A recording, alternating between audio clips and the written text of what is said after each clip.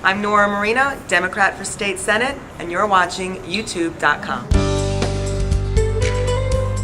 Frank Padovan has been in office for 34 years. I'm not saying he's a terrible man. I'm not saying he's not a nice person. I've only met him a couple times very briefly. But the fact is he's out of touch with what's going on today. He's part of a Republican majority that has created gridlock in Albany and prevented laws and bills from getting passed, or proposed laws and bills from getting passed and becoming actual law. The Republican majority in the state Senate really is a tremendous hindrance to our state. We have a Democratic Assembly. We have Eliot Spitzer, who is a star and who has done tremendous things for this state and down on Wall Street in the insurance industry. And his goal is to clean up Albany the way he cleaned up Wall Street and the insurance industry. Eliot, with people like me, fellow Democrats, a Democratic Senate, will have the ability to make those changes. But he's got to have us in office to do it. My opponent has sponsored he's been a supporter of some bills for the environment. I'm a big believer in the environment. I think what we leave to our children and grandchildren is crucial. But none of those bills get passed, again, because of this majority. There was a report done by an organization called the Brennan Center, which labeled New York State as the most dysfunctional state legislature in the country. In the country, we're the worst. They call our system broken, and our system is broken. Eliot Spitzer wants to fix that system. And no matter what things Senator Padovan has done, if he got a stop sign here or maybe sponsored a bill there that didn't get passed, it's not seeing the forest through the trees. We need to step back. We need fresh faces up there. We need Democrats. We need people that are more in tune with the times and what's going on now. Senator Padovan is just not that person. He's not in tune with what's going on now. I mean, how many of you have this Medicaid Part D? I mean, it's ridiculous. You need like a team of lawyers to figure out how to fill this stuff out. That's the state legislature. What are they doing? Who's asleep at the wheel up there and letting this happen? Who is allowing pharmaceutical companies to charge whatever they want? Who's allowing the insurance industry to raise your rates however high they deem necessary? Frank Padovan voted against a bill that would have taken control over that too. Because the Republican philosophy is about big business. We all know that. The Republican philosophy is about big business and big money and not the working person. Not the people on Social Security, not the people on a fixed income. They don't care about us. They're in bed with these companies and they pass laws that benefit these companies. That's why the lobbying in Albany is so out of control. These lobbyists come in, wine and dine these elected officials, and then, gee, what do you know? Their bills are getting passed, or some bill that they don't want passed doesn't get passed. I mean, this is corruption. This is indirect corruption and it's direct corruption. What goes on in Albany is unacceptable. The deals and the backdoor handshakes and all the under-the-table money exchanging and all this. That's what Eliot wants to fix. That's what Eliot wants to clean up. And I want to clean that up. I want to be a part of his team. I want to help. I want to be a part of the team that cleans up Albany, the Spitzer-Padovan-Marino team. And I know that with the votes, with the help of the people in this room and in every room I've spoken to, and Democrats across this district and across the state, we can take back the Senate. This is our seat, ladies and gentlemen. The 11th district is 3-1 Democratic. It's 3-1 Democratic. Why don't we have a Democrat representing us? The Republicans do not subscribe to the same philosophies that we do. They don't. They are for big business and money. And that's great if you're independently wealthy and a millionaire. I'm not. I work for my money, I work hard, and I want to help people like me who also work for their money and work hard. I want to see their insurance premiums go down. Health insurance. People in this state, in this district, don't even have health insurance. Or if they do, they're paying astronomical rates. I had to cut my own benefits because I couldn't afford them. I'm self-employed. I don't have comprehensive coverage because the premiums were outrageous. They were outrageous. Where's our government? Aren't they supposed to be protecting us? Isn't that what we elect officials for? To protect us? Where are they? They're asleep at the wheel. Because the people up there now, the Republican majority, these guys have been there forever. Frank Patterman's not the only one that's held that seat for many, many years. They're very happy. Why would they want change? They have these great jobs. They have these great salaries. They're comfortable. They don't want change. Why would they want Albany reform?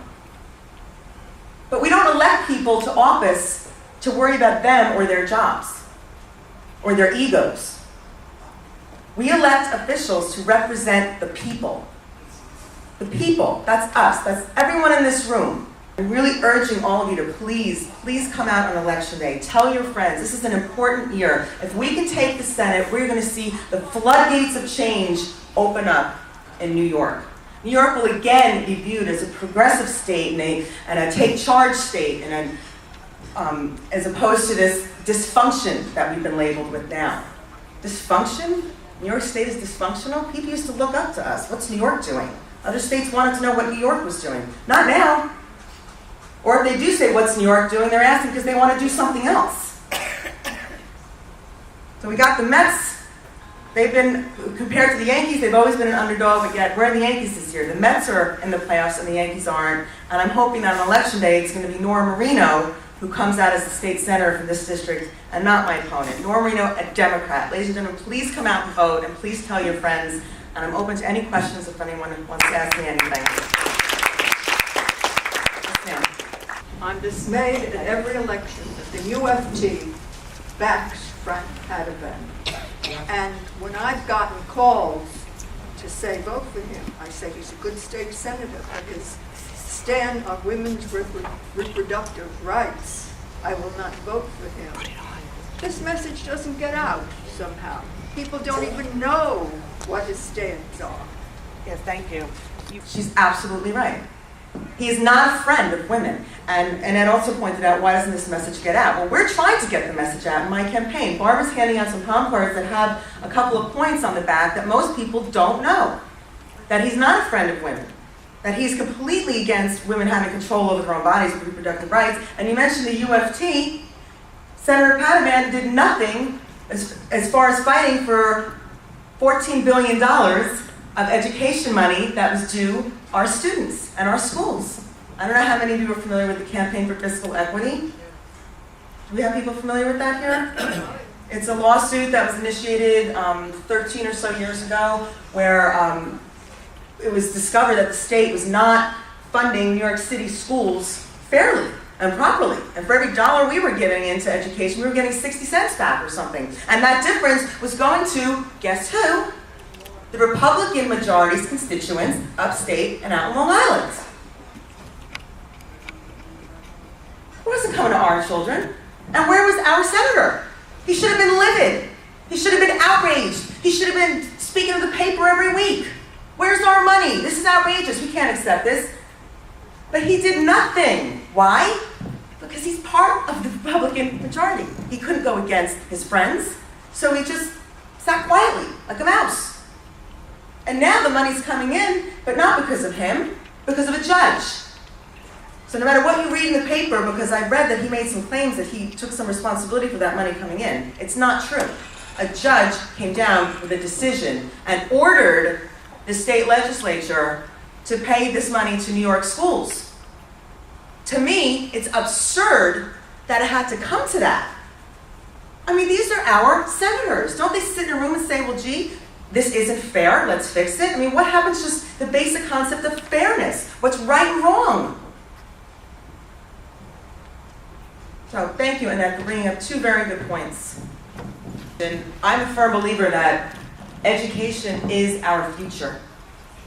If we don't educate our children, there is no future.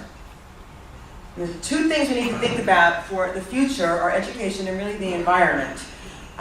That's not the only two things to think about, but if you have uneducated children, what does the future look like? What is the future? What is our future? What are our grandchildren's future? 50 students in a class designed for 20? And of course, it's not, directly connected to our district, but if you go into some of the other boroughs, it's worse. It's worse. You go upstate, you go out Long Island, you don't see that. You don't see that nonsense, because that's what it is. It's nonsense. The reason it's nonsense is because the money's there. We're just not getting it. You have a question, sir? Yeah. You mentioned You have your that name, please. Yes, what is your name, sir? George Camelot, Building 1. Hi, George. You mentioned that the registration is 3-1 Democrats over Republicans. How do you account for the fact for 34 years the Democrats couldn't make any inroads? Are they a broken political party? You It mean seems this? to me they are. You mean in this race or overall? Right here in Queens. I know I can't speak for 34 years ago. I can say that Frank Padovan got this seat 34 years ago. I don't know why. To me, he's an anomaly. To have a Republican senator in this district, to me, is an anomaly. And I think what it is he'll throw people a bone or a crumb. He'll get someone a stop sign and make a big deal about it, or someone makes a big deal about it. He goes to every event and gets his picture in the paper eating a hot dog. But I don't want a senator who's a friend and comes to my barbecue. I want a senator who's up there working for me in Albany. I don't need them to come to my barbecue. I have other friends for that. I don't need them to come to a softball game. I need them to get children education funding. I need them to protect women. I need them to keep pharmaceutical prices down. I need them to encourage recycling. I need them to do all these things, not show up at a softball game and eat a hot dog. So I don't know why he keeps maintaining the seat. I don't have an answer. I'm hoping this year we won't be asking that question. I want to thank you so much for letting me speak to you tonight, for listening so patiently, so wonderfully. Thank you for your time. Please come out on November 7th. I hope I can count on your votes. Thank you. What do you think of it, huh?